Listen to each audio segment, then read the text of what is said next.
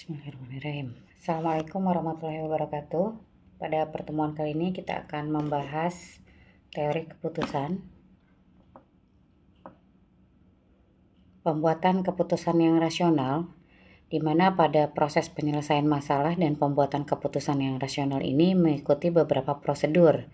Di antaranya adalah menyatakan masalah, mendiagnosis masalah, lalu mencari kemungkinan-kemungkinan penyebabnya masalah, lalu menurunkan alternatif-alternatif penyelesaian masalah, dan memilih alternatif penyelesaian terbaik. Ada beberapa jenis keadaan dalam proses pengambilan keputusan. Di antaranya adalah pengambilan keputusan dalam keadaan pasti, pengambilan keputusan dalam keadaan beresiko, pengambilan keputusan dalam keadaan yang tidak pasti, dan pengambilan keputusan dalam keadaan konflik. Proses analisis keputusan ada 4. Yang pertama adalah dalam suasana uncertainty, dalam suasana certainty atau suasana yang serba pasti. Ini bisa dilakukan apabila semua informasi yang dibutuhkan untuk membuat keputusan diketahui secara sempurna dan tidak berubah-ubah. Yang kedua adalah pengambilan keputusan dalam suasana uncertainty atau suasana yang tidak pasti. Ini jika seluruh peristiwa yang mungkin terjadi diketahui tetapi tanpa diketahui probabilitasnya masing-masing. Lalu yang ketiga adalah proses pengambilan keputusan dalam suasana beresiko, yaitu apabila informasi sempurna tidak tersedia tetapi seluruh peristiwa yang akan terjadi beserta probabilitasnya diketahui. Yang keempat adalah pengambilan keputusan dalam suasana konflik, yaitu jika keputusan 2 atau lebih pengambil keputusan berada dalam persaingan. Dengan kata lain, satu pihak mengambil keputusan tidak hanya memikirkan tindakannya sendiri, tetapi juga pada tindakan yang dilakukan oleh pesaingnya. Kita masuk ke dalam materi pengambilan keputusan dalam suasana uncertainty atau tanpa probabilitas.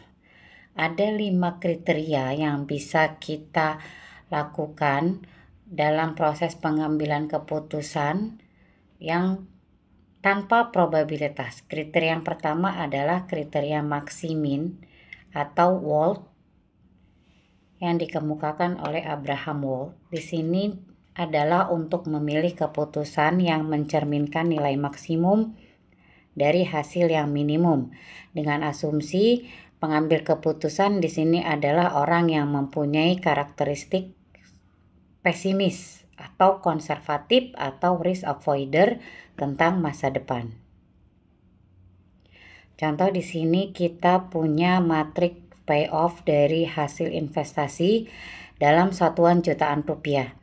Di sini kita dihadapkan pada 3 alternatif investasi. Ya, jadi ada 3 alternatif nih. Kita di sini diminta berinvestasi di saham, tanah, atau tabungan. Ya, ada 3 pilihan. Apakah mau berinvest di saham, tanah, atau tabungan? Lalu ada 3 prospek ekonomi, yaitu kondisi ekonomi di saat cerah, kondisi ekonomi di saat sedang, dan kondisi ekonomi di saat lesu. Masing-masing prospek ekonomi ini menghasilkan nilai yang berubah-ubah, yang berbeda-beda ya. Untuk di saham kalau dalam kondisi cerah ini 10 juta, kalau dalam kondisi sedang 6,5 juta, kalau dalam kondisi lesu negatif 4 juta. Jadi pada saham kalau dalam kondisi lesu ini bisa sampai negatif. Ya, artinya rugi 4 juta rupiah. Lalu kalau berinvestasi di tanah bagaimana? Kalau dalam kondisi cerah ini 8 juta, kondisi sedang 6 juta, kalau kondisi lesu 1 juta. Ya, rendah juga tetapi tidak sampai negatif seperti di saham. Lalu kalau untuk berinvestasi di tabungan, dalam kondisi cerah 5 juta, dalam kondisi sedang 5 juta, dalam kondisi lesu 5 juta, ya. Jadi kalau kita berinvestasi di tanah, prospek ekonominya sama ya, flat 5 juta, 5 juta, 5 juta ya. Yang agak berbeda di saham. Kalau di saham ini kalau cerah dia tinggi sekali, bisa sampai 10 juta. Tapi kalau dalam kondisi lesu ini bisa rendah sekali atau rugi sekali, bisa sampai negatif ya. Untuk tanah juga fluktuatif ya. Kalau cerah ini bisa sampai 8 juta, tapi kalau rugi bisa sampai 1 juta, tapi tidak sampai negatif seperti di saham. Untuk yang paling aman itu investasinya di tabungan ya. Cerah, sedang, lesu nilainya sama saja 5 juta. Nah, dari contoh alternatif di atas tadi, kita hitung payoff terkecilnya untuk setiap alternatif investasi. Yang kita ambil di sini adalah nilai terkecil ya dari investasi saham, tanah dan tabungan ya. Tadi kita lihat untuk yang terkecil itu adalah yang kondisi lesu. Ya, jadi ini kita ambil, ini adalah namanya adalah payoff terkecil. Ya.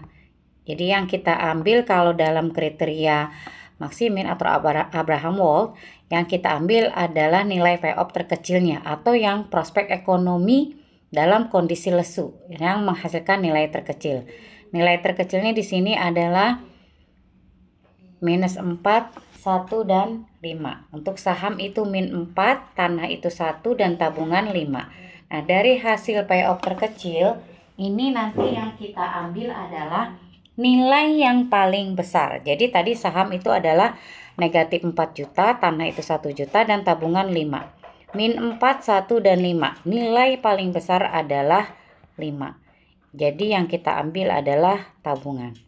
Ya, jadi kalau menggunakan kriteria Maximin atau Wald, ini yang keluar hasilnya adalah kita diarahkan untuk berinvest di tabungan.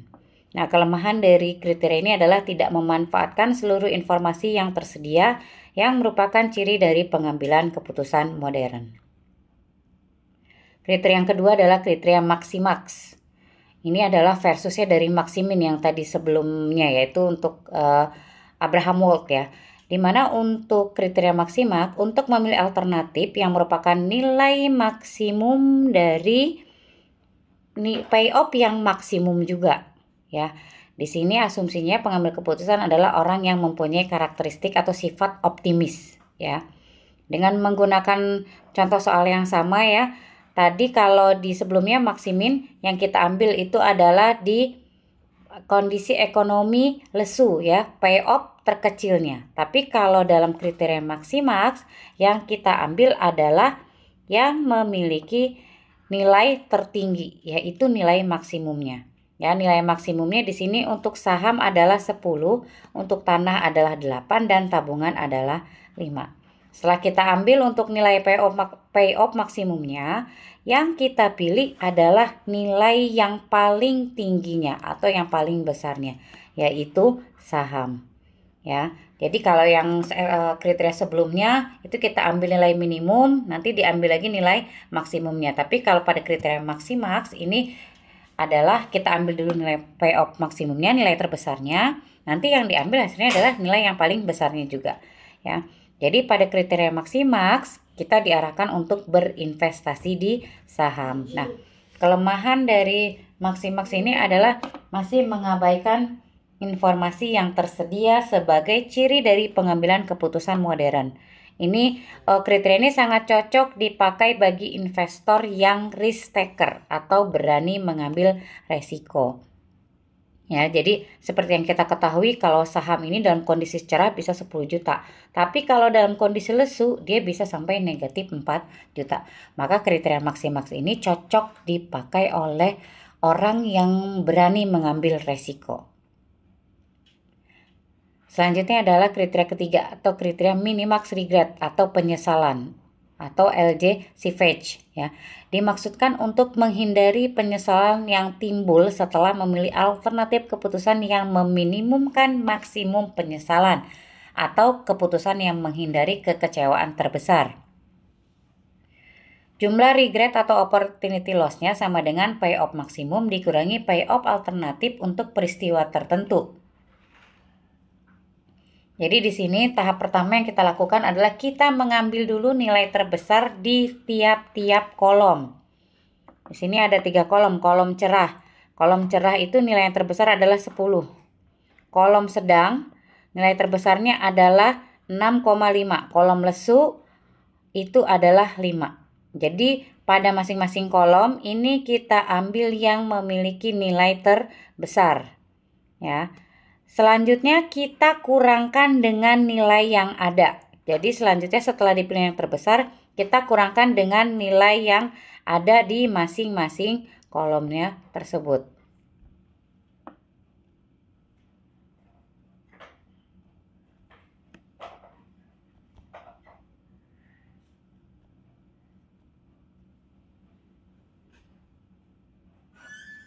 Selanjutnya kita kurangkan. Tadi nilai terbesarnya 10. Berarti 10 dikurangi 10.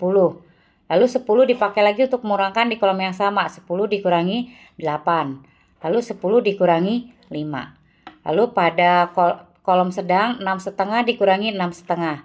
6,5 dikurangi 6. 6,5 dikurangi 5. Pada kolom lesu 5 dikurangi minus 4. 5 dikurangi 1 dan 5 dikurangi 5 ya.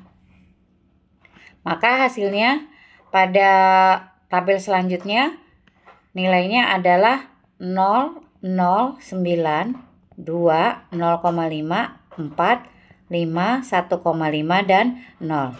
Ini adalah hasil setelah kita melakukan mengurangi dengan nilai terbesar di masing-masing kolom ya. Selanjutnya adalah kita mengambil nilai terbesar dari hasil yang sudah kita kurangkan dengan nilai terbesar tadi, yaitu 9, 4, dan 5. Ini adalah nilai terbesarnya. Nilai terbesarnya kita masukkan ke dalam kolom regret maksimum ya. Tadi nilainya adalah untuk saham 9, tanah 4, dan tabungan 5. Lalu dari nilai regret maksimum ini yang kita ambil adalah nilai terkecilnya. Nilai terkecilnya itu adalah 4. Maka kita ambil nilai 4-nya. Maka untuk kriteria yang ketiga ini kita diarahkan untuk berinvestasi di tanah. Selanjutnya yang keempat adalah kriteria Harwick atau kompromi antara maksimax dan maksimin. Ini dikemukakan oleh Leonid Harwick. Pengambil keputusan ini tidak sepenuhnya mempunyai sifat optimis dan pesimis sempurna, sehingga hasil keputusan dikalikan dengan koefisien optimisme untuk mengukur optimisme pengambil keputusannya. Di mana koefisien optimisme ini dinyatakan dengan A, di mana A ini sama dengan 0, kurang dari A dan kurang dari 1. Jika A-nya sama dengan 1, ini adalah optimis total. Kalau A-nya sama dengan 0, maka sangat pesimis atau optimisnya 0. Ya, atau A-nya optimisnya A sama dengan optimis, lalu pesimisnya adalah 1 dikurangi A. Contoh di sini nilai A-nya adalah 60%. Berarti orangnya di sini mempunyai karakteristik optimisnya adalah sebesar 60%. Maka nilai pesimisnya adalah 1 dikurangi A. Maka 1 dikurangi 60% ya di sini. Maka untuk pesimisnya di sini adalah 40%. Dalam contoh investasi, payoff maksimum dan minimumnya, jadi kita pakai tabel yang sama. Yang kita ambil tadi untuk kasus ini hanya nilai maksimum dan minimum. Tadi kita punya 3 kondisi, yaitu cerah, sedang, dan lesu. Yang kita ambil hanya yang kondisi ini adalah cerah dan ini adalah kondisi lesu. Jadi yang kita ambil hanya pada kolom cerah dan kolom lesu. Tinggal dimasukkan untuk nilainya pada saham 10, 8, dan 5 dikalikan dengan koefisien optimisnya yaitu 60%, dikalikan 0,6, 0,6, dan 0,6. Lalu untuk kolom lesu itu minus 4, 0, 1, dan 5 dikalikan dengan koefisien pesimisnya yaitu 40%. 0,4, 0,4, dan 0,4. Sehingga untuk saham tinggal dikalikan 10 dikali 0,6 ditambah minus 4 dikali 0,4 hasilnya adalah 4,4. Lalu untuk tanah 8 dikali 0,6 ditambah 1 dikali 0,4 hasilnya adalah 5,2. Lalu untuk tabungan 5 dikali 0,6 ditambah 5 dikali 0,4 sama dengan 5. Untuk saham kita nilainya adalah 4,4, tanah itu 5,2, dan tabungan adalah 5. Nah, dari hasil ini yang sudah dihitung, maka kita pilih yang memiliki nilai besar, yaitu tanah. Nilainya adalah 5,2. Jadi pada kriteria keempat, hasil akhirnya adalah memilih berinvestasi di tanah. Nah, kelemahan dari kriteria ini adalah sulit menentukan nilai A yang tepat, di mana ini mengabaikan beberapa informasi yang tersedia. Ya. Oke, selanjutnya adalah kriteria kelima. Kriteria kelima ini adalah kriteria Laplace. Ini dengan menghitung bobot yang sama atau equal likelihood-nya. Dimaksudkan untuk memberikan bobot yang sama untuk setiap kondisi dasar dengan asumsi semua peristiwa mempunyai kemungkinan yang sama untuk terjadi.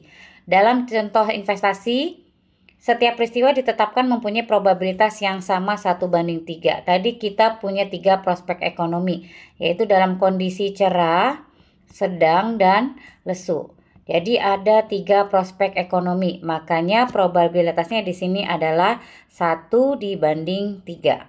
Ya, jadi tinggal dihitung saja, dimasukkan ke dalam perbandingannya. Ini adalah untuk kondisi cerah. Ini adalah nilai untuk kondisi sedang. Dan ini adalah nilai untuk kondisi lesu. Tinggal dikalikan saja dengan probabilitasnya 1:3.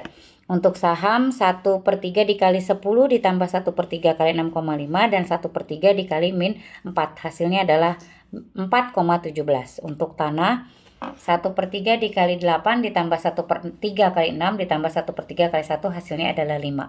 Untuk tabungan 1/3 dikali 5 ditambah 1/3 dikali 5 ditambah 1/3 dikali 5 hasilnya adalah 5. Di sini hasil akhirnya untuk saham adalah 4,17, tanah adalah 5 dan tabungan adalah 5. Pada kriteria Laplace yang kita ambil adalah yang memiliki nilai terbesar. Ya, di sini nilai terbesarnya adalah 5. Ya, karena tanah dan tabungan ini nilainya 5 sama, maka pada kriteria kelima ini kita bisa berinvestasi di tanah atau di tabungan karena sama-sama memiliki nilai yang sama, yaitu 5. Oke ya, dari kelima kriteria yang sudah dihitung ya, di sini kita bisa mengambil keputusan untuk maksimin, kriteria maksimin kita hasil keputusan investasinya adalah di tabungan. Untuk maximaks ini adalah saham, untuk regret atau minimax ini adalah tanah. Untuk Hardwick dengan koefisien optimismenya adalah 60% itu investasinya di tanah. Dan untuk Laplace investasinya bisa di tanah atau bisa di tabungan. Ya, jadi dari kelima kriteria ini ternyata yang paling banyak keluar ini adalah investasinya di tanah. Ya, yang kedua ini adalah tabungan dan yang ketiga adalah saham. Jadi rankingannya kalau dalam kesimpulan ini yang ke-1 adalah tanah, yang kedua adalah tabungan, dan yang ketiga adalah saham. Baik, demikian materi pada pertemuan kali ini. Terima kasih. Wassalamualaikum warahmatullahi wabarakatuh.